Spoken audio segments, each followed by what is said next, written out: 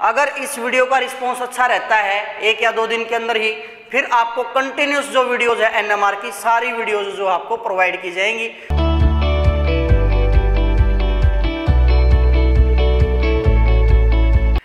Dear students, आज के इस लेक्चर के अंदर हम फाइनली स्टार्ट करने जा रहे हैं एनएमआर स्पेक्ट्रोस्कोपी। लेकिन इसके जो आगे आने वाले लेक्चर्स हैं वो डिपेंड करते हैं आपके ऊपर कि आए या ना आए, क्योंकि भाई अगर आप वीडियो को शेयर नहीं करते हो तो दूसरों तक वो पहुंच नहीं पाती है, जिस वजह से इतना एफर्ट लगाया जाता है वीडियो बनाने में लेकिन उसको उतनी ऑडियंस मिल नहीं पाती। तो इस वजह से भाई थोड़ी सी मायूसी जो है टीचर के पास या किसी के भी पास, अगर कोई एफर्ट लगाता है और उस एफर्ट के अकॉर्डिंग उसका रिजल्ट अगर उसको नहीं मिलता है तो उसका जो मन है एक प्रकार से टूट जाता है। इसलिए आप पहले इस वीडियो को ज़्यादा से ज़्यादा दूसरों के साथ शेयर करें। अगर इस वीडियो का रिस्पॉन्स अच्छा रहता है 1 या 2 दिन के अंदर ही, फिर आपको कंटिन्यूस जो वीडियोज है एनएमआर की सारी वीडियोज जो आपको प्रोवाइड की जाएंगी। 5 मार्च से पहले मैं आपकी कंप्लीट एनएमआर करवा दूंगा, लेकिन वो डिपेंड करता है आपके ऊपर। हालांकि आप सभी ने इतना सारा प्यार दिया है, इतना सारा अच्छा ग्रो कर रहा है हमारा चैनल, उन सभी के लिए हम आप सबका तहे दिल से धन्यवाद करते हैं। तो आज के इस लेक्चर के अंदर हम स्टार्ट करेंगे भाई एनएमआर स्पेक्ट्रोस्कोपी। बेसिकली होता क्या है, एनएमआर स्पेक्ट्रोस्कोपी के अंदर कोई भी टीचर है किसी भी क्लास के अंदर, किसी भी कॉलेज के अंदर जब एनएमआर स्पेक्ट्रोस्कोपी करवाई जाती है तो आपको डायरेक्ट बोल दिया जाता है कि भाई न्यूक्लियस होता है, न्यूक्लियस के अंदर प्रोटॉन होते हैं, न्यूट्रॉन होते हैं, न्यूट्रॉन की स्पिन होती है, तो हर एक न्यूट्रॉन की अपनी स्पिन है, प्रोटॉन की अपनी स्पिन है। तो इस प्रकार से हम एनएमआर को डील करते हैं। लेकिन आपको पता है भी मैं जो जिस बात को पढ़ाता हूँ आपको वो बिल्कुल बेसिक से मैं आपके लिए लेकर के आता हूँ। तो यहाँ पर जो मैं आपके लिए बेसिक से स्टार्ट करूँगा, बिल्कुल रूट से, वो मैं स्टार्ट करूँगा भाई आपके लिए मैटर से। आप सभी को पता है मैटर क्या होता है, एनीथिंग विच ऑक्यूपाई स्पेस। हम इस पर डिस्कस नहीं करेंगे। आपको पता है मैटर जो है वो किसके मिलने से बनता है भाई, मॉलिक्यूल के मिलने से बनता है। मतलब जब मॉलिक्यूल मिलते तब क्या बनता है, मैटर। और मॉलिक्यूल किससे बनते हैं भाई, एटम से बनते हैं। और एटम किससे बनता है भाई, न्यूक्लियॉन्स एंड इलेक्ट्रॉन्स। अब न्यूक्लियॉन्स बेसिकली प्रोटॉन और न्यूट्रॉन को कंबाइंड फॉर्म को क्या बोल दिया जाता है भाई, न्यूक्लियॉन्स बोल दिया जाता है। और फिर हमारे क्या होते हैं, इलेक्ट्रॉन्स। जो हमारे प्रोटॉन और न्यूट्रॉन्स होते हैं भाई बेसिकली वो मिलके बने होते हैं क्वार्क से। किससे बने होते हैं भाई, ये क्वार्क्स से बने होते हैं। बेसिकली क्वार्क्स क्या होते हैं, क्वार्क्स भी बिल्कुल हमारे टीनी पार्टिकल्स होते हैं जो असेंबल होकर के हमारे बेसिकली क्या बनाते हैं, प्रोटॉन और न्यूट्रॉन बनाते हैं। अब आपने एक बात हमेशा से पढ़ी है, 6th क्लास से आप पढ़ते आ रहे हो, प्रोटॉन के ऊपर पॉजिटिव चार्ज होता है, न्यूट्रॉन के ऊपर कोई चार्ज नहीं होता, इलेक्ट्रॉन के ऊपर -1 चार्ज होता है। क्या आपके माइंड में कभी ये क्वेश्चन आया, क्यों? वही कि सर हम हमेशा ही जो प्रोटॉन के ऊपर चार्ज है वो +1 या -1 क्यों लेते हैं। हालांकि उस लेवल के ऊपर 6th क्लास के ऊपर या 12th क्लास तक ये समझाना थोड़ा सा ये मान लिया जाता है टीचर के द्वारा कि भाई एग्जाम में तो आना नहीं है। हालांकि ऐसी बात नहीं है भाई, टीचर्स को पता नहीं होता, मोस्टली को पता ही होगा, लेकिन उस लेवल के ऊपर वो बताना जल्दी माना जाता है। लेकिन जब आप ग्रेजुएशन कर लेते हैं, जैसे कि अभी आपका ग्रेजुएशन का फाइनल ईयर है, तो इस लेवल तक आते आते आपको ये बात पता होनी चाहिए भाई कि बेसिकली हम प्रोटॉन के ऊपर +1 ही क्यों लेते हैं, न्यूट्रॉन के ऊपर 0 के लेते हैं और इलेक्ट्रॉन पे -1 क्यों लेते हैं। ठीक है, जैसा कि हम एनएमआर को डिस्कस करें तो मैं आपको यहाँ पर प्रोटॉन और न्यूट्रॉन को ही बताऊंगा। तो प्रोटॉन की जब बात की जाती है, मैंने बताया भी चाहे प्रोटॉन्स हो चाहे न्यूट्रॉन्स हो, वो किसके मिलके बन के होते हैं, क्वार्क से। जैसा कि आपको पता है प्रोटॉन के अंदर क्या होंगे, हमारे 2 अप स्पिन क्वार्क होते हैं और एक डाउन स्पिन क्वार्क होता है। अगर स्पिन की बात की जाए भाई प्रोटॉन की तो वो होती है ½ और अगर इसके ऊपर चार्ज की बात की जाए वो होता है भाई एक क्वार्क के ऊपर +2/3 अप स्पिन के लिए और -1/3 डाउन स्पिन के लिए। मतलब जो अप स्पिन क्वार्क है तो उसके लिए चार्ज +2/3 और डाउन स्पिन के लिए -1/3। पहले हम स्पिन की बात करते हैं। स्पिन कितने है भाई, हमारा ½ है।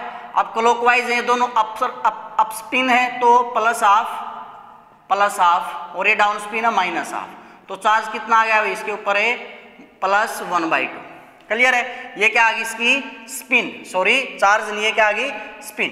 चार्ज निकालेंगे प्रोटॉन। अब स्पिन क्वार्क कितने हैं, 2, तो +2/3 +2/3। डाउन स्पिन क्वार्क के ऊपर कितना चार्ज, -1/3। तो जब आप इसको सोल्व करोगे तो वैल्यू कितनी आएगी भाई, 1 +1 आएगी। मतलब यहां से हमें पता चलता है कि जो प्रोटॉन है उसके ऊपर चार्ज +1 क्यों लिया जाता है, क्योंकि प्रोटॉन के अंदर 2 अप स्पिन क्वार्क है, एक डाउन स्पिन क्वार्क है। तो अप स्पिन के लिए चार्ज +2/3, 2 के लिए +2/3 और एक डाउन स्पिन है -1/3। अगर किसी को ये भी सोल्व नहीं करना आता हो भाई, इसको कर देता हूं मैं। 3 हमारा एलसीएम हो गया, तो ये क्या होगा, 2 + 2 कितना हो गया, 4/3 -1/3, फिर से 3 एलसीएम हो गया भाई हमारा, 3 एकम 3 4, 3 एकम 3 3 अंदर मल्टीप्लाई कर देंगे, ठीक है। तो ये भी 1 आ गया, सॉरी 3 एकम 3 1, तो 3/3 कितना आ गया भैया चार्ज हमारा, +1। अब काफ़ी हंस होंगे भी, सर ये क्या करके दिखा रहे हो, इतना तो आता ही हमें, ऑफ कोर्स भी आता होगा आपको। उसके बाद बात करते हैं भाई हम न्यूट्रॉन की। न्यूट्रॉन के केस में अगर बात की जाए, इसमें 2 डाउन स्पिन क्वार्क होते हैं और एक अप स्पिन क्वार्क होता है। आपको पता है डाउन स्पिन क्वार्क के ऊपर जो चार्ज है वो कितना लेते हैं भी हम, -1/3, और जो अप स्पिन क्वार्क है उसके लिए चार्ज क्या लेते हैं हमें, +2/3। तो इसके अंदर क्या है भाई, चार्ज 2 डाउन स्पिन क्वार्क हैं और एक अप स्पिन क्वार्क है। इसको जब सोल्व करेंगे तो कितना आता है, 0। तो यहां से हमें पता चलता है बेसिकली न्यूट्रॉन के ऊपर जो चार्ज है भाई वो 0 क्यों लिया जाता है। अब याद रखें, न्यूट्रॉन के ऊपर चार्ज 0 है, ना कि उसकी स्पिन। स्पिन फिर से अगर हम कैलकुलेट करके देखेंगे, एक स्पिन तो कैंसिल आउट हो जाएगी, हाफ स्पिन तो फिर भी बचेगी भाई। तो ये जो हाफ स्पिन है हर एक न्यूट्रॉन की, ये बेसिकली मैग्नेटिक फील्ड के साथ इंटरैक्ट करती है और फिर उसको हम नाम दे देते हैं NMR, जिसकी फुल फॉर्म क्या है भाई, न्यूक्लियर मैग्नेटिक रेजोनेंस। तो न्यूक्लियर मैग्नेटिक रेजोनेंस उसको क्यों बोला गया है, उसका रीजन आई थिंक आपको अच्छे से क्लियर हो गया होगा। न्यूट्रॉन के ऊपर चार्ज तो 0 है, लेकिन स्पिन क्या नहीं है, 0 नहीं है। क्लियर है। तो इस प्रकार से भाई आप बता सकते हो कि कैसे प्रोटॉन के ऊपर +1 चार्ज है और जो न्यूट्रॉन है उसके ऊपर है 0 चार्ज है। इसके बाद जब बात आती है NMR की, तो NMR के अंदर क्या है भाई, जैसा कि फुल फॉर्म मैंने बता दी अभी, न्यूक्लियर मैग्नेटिक रेजोनेंस। आज से भाई लगभग 60 इयर्स एगो जो है स्पेक्ट्रोस्कोपी ने जो है केमिस्ट्री की फील्ड में रेवोल्यूशन लेकर के आ गया था भाई। क्यों लेकर के आ गया था रेवोल्यूशन भाई, क्योंकि ये वो ब्रांच थी जो अनसुलझे या रहस्यमयी जो बातें थी या रहस्यमयी जिनके तथ्य थे उनको खोलने का काम करती थी। जैसे मैंने भाई मान लिया आपको एक कोई टुकड़ा दे दिया, मान लिया मीथेन तो सॉरी गैस हो गई, और कोई भी कंपाउंड मैंने आपको दे दिया, कोल दे दिया और कुछ दे दिया, ठीक है। उसका पहले क्या लगाया जाता, एस्टिमेशन लगाया जाता था कि इसके अंदर ये बॉन्ड होगा, ये प्रोटॉन, ये न्यूट्रॉन, इनके बारे में इतनी कुछ एडवांसमेंट थी नहीं। लेकिन जब से स्पेक्ट्रोस्कोपी आई तो उनका जो स्ट्रक्चरल इलुसिडेशन था, स्ट्रक्चर का जो पता लगाना था, और जो उनका ऑर्गेनिक कंपाउंड, कौन सा ऑर्गेनिक ग्रुप उसके अंदर प्रेजेंट है, तो इसके लिए जो रेवोल्यूशन लेके आई थी वो कौन लेके आई थी, हमारी स्पेक्ट्रोस्कोपी। तो स्पेक्ट्रोस्कोपी वही जैसे IR है, UV है, वो आप प्रीवियस ईयर के अंदर फर्स्ट ईयर और सेकेंड ईयर के अंदर पढ़ चुके हैं यहाँ पे। अब हम पढ़ रहे हैं NMR। सबसे पहले तो कोई चीज़ हम स्टार्ट करें, हमें उसके जनक का पता होना चाहिए, फादर का पता होना चाहिए, या फिर हम बोल सकते हैं कि जो NMR थी उसको किसने इंट्रोड्यूस किया था। तो NMR इंट्रोड्यूस की गई थी Felix Baloch and Edward Purcell के द्वारा। कब इंट्रोड्यूस की गई थी भी इनके द्वारा, ये 1946 के अंदर जो है NMR को इन्होंने इंट्रोड्यूस किया था। वहां से क्या निकल के आया भैया कि बहुत ही powerful tool for structural elucidation and identification of organic compound. एक बहुत ही पावरफुल टूल रहा भाई किसके लिए, किसी की स्ट्रक्चर इलुसिडेट करनी हो और किसी ऑर्गेनिक कंपाउंड को अगर आइडेंटिफाई करना है तो हम इन टेक्नोलॉजी का यूज करने लगे। ऐसा नहीं है अकेली हमारी एनएमआर में एक ही ब्रांच होती है, इसमें अलग अलग है भाई। जैसे प्रोटॉन एनएमआर की हम बात करते हैं, प्रोटॉन एनएमआर, या फिर इसको ऐसे भी लिख सकते हैं पी एनएमआर और H1 एनएमआर। दूसरी ले सकते हैं अभी हम C13 एनएमआर, यानी कि कार्बन 13 एनएमआर, और भाई F19 एनएमआर, और भाई 97 एनएमआर, और भाई P31 एनएमआर। अब बेसिकली ये अलग अलग क्यों ली गई है भाई, क्योंकि इसके अंदर कार्बन के आइसोटोप का यूज होता है, इसके अंदर फ्लोरीन का, इसके अंदर नाइट्रोजन का, इसके अंदर है फास्फोरस का। क्लियर है। अब कुछ और एनएमआर ये हमारी अलग अलग टाइप में हो सकती है, ठीक है। अब बेसिकली हम एनएमआर पढ़ेंगे सिंपली प्रोटॉन एनएमआर। आपके सिलेबस के अंदर क्या है भाई, प्रोटॉन एनएमआर। तो ये क्या करता है भाई, इट स्टडी इंटरेक्शन